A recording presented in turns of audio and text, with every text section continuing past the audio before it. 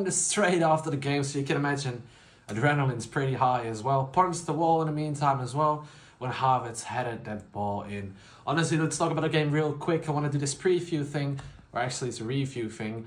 We are top of the league, ladies and gentlemen. We are top of the league. Havertz played a really, really good game in my opinion. Runs, passes, hold up play, and dribbling as well. I didn't know Havertz had that pace in him, to be completely honest with you.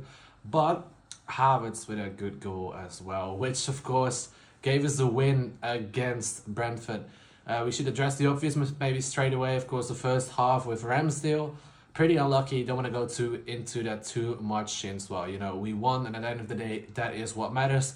We're top of the league, we're 1 point now. We can just sit back now, relax, even though this guy, I can't really think about relaxing right now since I'm pumped with adrenaline and still got the nerves, even though we still won. But that second half just flew by in 2 minutes. Honestly, I was watching AFTV, right? And James said that, I think, if you watch AFTV, you know what I'm talking about. But that the extra time added on the 90 minutes, so I think it was like 7, 8 minutes or 9 minutes at the end of the day, felt longer than the entire second half, and I totally agree with him. And that second half just flew by, and like it felt like 2 minutes. It was honestly nerve-wracking. And of course, Ramsdale made that mistake. Let's brush over it. You know, Ramsdale made some good saves. You can argue, yeah, but it won't matter. It does, to be fair. But we won, and that's what matters at the end of the day, right? And we're top of the league now.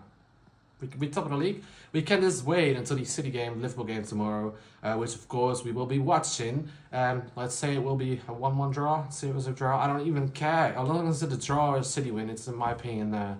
Alright, let me know in the comments what you would like for that game as well. Let's go to the play rating straight away. Because I'm recording this straight after the game. I think the game ended 5 minutes ago or something. But you will see this a bit later. But let's go straight into the play ratings. Ramsdale, I would say a 7 or 6. I will give Ramsdale, you know what, I'll give Ramsdale 8. Purely because of the both good saves in the second half. Of course, you have the mistake of Ramsdale, which will drop down a rating a bit, but I will just give it an 8 because I don't care. And it's maybe a bit influenced by adrenaline, but I will give it 8 because of good saves. I think Ramsdale punched the ball over in the second half, right, over the corner, which we saw it in the corner, I think, which was a good save. Across you do notice the difference, of course, between Raya and Ramsdale, but you know, you can't really blame Ramsdale either. I mean, it's probably nerve-wracking to play perhaps last game of Ramsdale. Let me know in the comments what you thought about Ramsdale's performance, of course. But let's not look too much at the negatives. We won, of course, that's what matters. Ben White, really solid game. I'll give Ramsdale an 8. And of course, I think the keeper rating is always a little bit different compared to, of course, the ratings of other players, since keepers do different things. Keepers don't have the entire match to play, which the other players do. So I give Ben White an 8. What I'm saying with that is that it's easier for a goalkeeper to get a higher rating than for, of course, a field player. But I'm giving Ben White an 8. Saliba and Gabriel, I don't know, you know. I felt like our defense was not really there today. A lot of mistakes, a lot of easy through balls by Brentford, a lot of chances created by Brentford. And at home, it feels like we're just better in away days than at home for some reason. Do you feel the same? Let me know, but I don't know. It didn't really feel safe. It didn't really feel like Gabriel and Saliba. Of course, Gabriel getting the early yellow card, which of course I think is bullshit. But yeah, of course, this referee was a bit. Let's not speak too much about referees, but yeah, it was not really a good game in my opinion. Yellows and false. You know, I was thinking, right? These referees are in the Premier League. Yeah, we're the best game in the best league in the world. We all probably agree on that. But I don't know why referees, especially in the last like 10-15 minutes of a game, keep whistling for these smallest things. I mean, we all know that it's probably to waste time, right? Same with the goalkeepers, etc. See, now I'm less frustrated by it because, of course, we now won the match. But when it was still 1-1, I was thinking, like, yeah, why would you even blow a whistle for that? If I was a referee, I would give yellows all over the building and not at time, because I just know it's for time wasting. Every little thing you go lay on the ground. That also happens in tournaments, especially in Champions League with games, etc., etc. Italian and Spanish teams are really good at that. But I'm just giving an example right now, right? Let's go to the player ratings again. I think Gabriel a 8 and Saliba a 8 as well. I'm not saying 6 because 6 sounds too low because we just won, but I don't know. Then of course Thankyou came on, but we played most of the game with Kivio. Kivio played actually quite well, so I give an 8. So the entire defense is an 8 in my opinion. Maybe it's too high, maybe it's too low, but yeah, that is my opinion. Midfield, Jorginho played really well. I'll give Jorginho a 8 as well. I think I could give the entire team an 8 because it's not too low and it's not too high, right?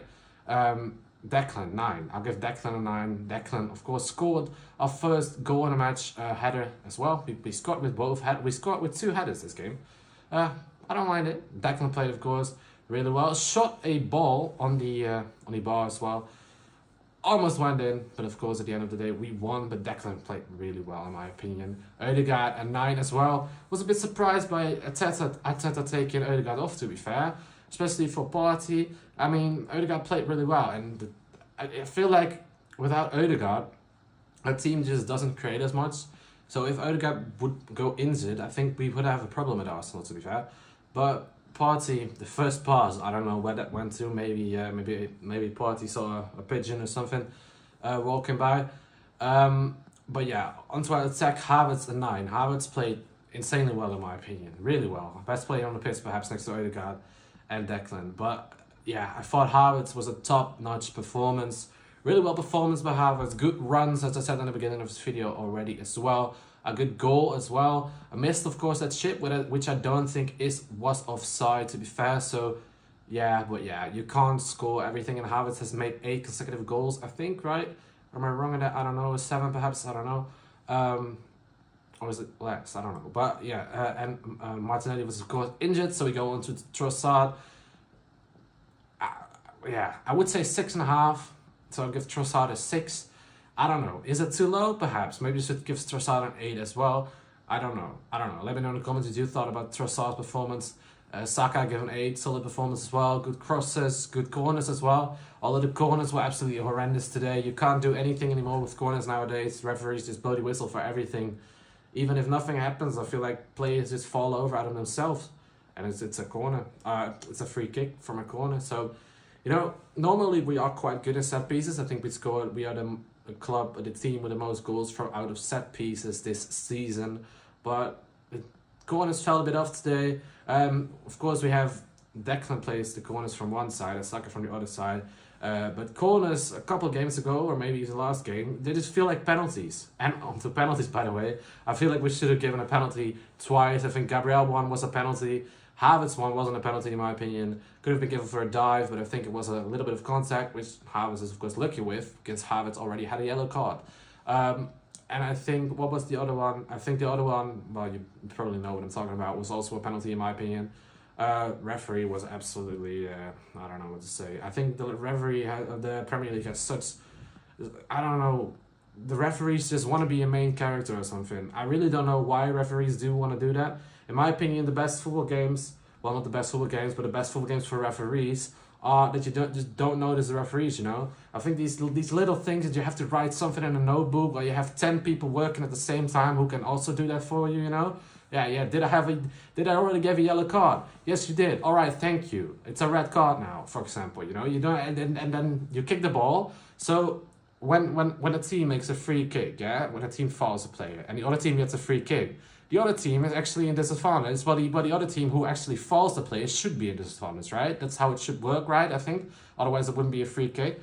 But what referees do, yeah? Referees stop, write in a notebook, and if Arsenal tonight wanted to play the ball quickly, referee would blow the whistle, write it down easily, and the Brentford players could get in positions again. I think it's just such a dumb rule. Let me know in the comments what you think about it, but I think referees should just get it played on. And referees, you know, if there's a corner, Saka has to wait for a corner, whatever.